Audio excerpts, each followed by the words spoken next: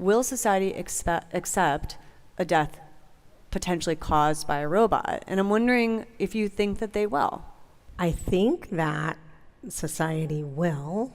It's difficult to hear the CEO of Waymo, an autonomous driving technology company currently operating in Phoenix, San Francisco, LA, Austin, and Atlanta, speak so candidly that she first admits that an autonomous vehicle will cause a death, and second, that society will accept it.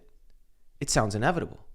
Call me naive, but my initial reaction to hearing this is disappointment that one of the leading companies in the area of driverless cars wouldn't push back on the premise of the question that a death will happen, and further, wouldn't refute that her company would be responsible for the cause of death, and even further, that society will accept this as the cost of doing business. I thought, no way would society accept a death caused by Waymo, a robotaxi company founded by Google, a Silicon Valley commercial robotaxi company, resulting in deaths on our roads? People would riot, no? Then I realized, she's right. Of course society will. We accept 40,000 fatalities on our roads in the United States every year, and over 1 million worldwide. What if society didn't accept fatalities on our roads? What if we had a zero tolerance for transportation deaths? What if car companies had this goal at the forefront of their design?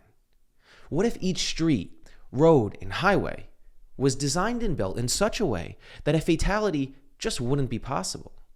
Sure, a crash may occur, but what if the design of our cars and roads would never allow the operational error of a human or robotaxi to result in a fatality? Now let me play Takidra Mawakana's full answer, because she actually does answer the question with a focus on raising the bar for safety and reducing our tolerance for fatalities. Okay, let's just say that self-driving vehicles, Waymo and maybe others, help reduce the number of deaths in the United States every year. We'll talk specifically US, and that's about 45,000 a year or so. And it reduces it. But then there is one crash which is caused by a company, could be Waymo, could be others, in which there's a fatality. And the question, the debate we had was, will society accept that? Will society accept a death potentially caused by a robot? And I'm wondering if you think that they will. I think that society will. I think the challenge for us is making sure that society has a high enough bar on safety that companies are held to. And so companies should be transparent about their safety record. Companies should publish data about how many crashes are they involved in. You know, we have a safety hub on our website. Everyone can see it. Policymakers can see it. Riders can see it. Community leaders. It's important to recognize it's not going to be perfection, but that doesn't mean you shouldn't be accountable for transparency. And so I think, we really worry as a company about those days. We don't say whether, we say when. And we plan for them. And at the same time, we want to be transparent that when I talk about 90% reduction, 5 times safer, 10 times safer, I'm not telling you 100% across the board. And that's really important. And so we have to be in this open and honest dialogue about the fact that we know it's not perfection. The interviewer raises an interesting question because, according to Waymo, their fully driverless car is 5 times safer than a human driver and 12 times safer than a human driver as it relates to pedestrians. Waymo trips also have a 90% reduction in high severity crashes and an 80% reduction in crashes resulting in injury.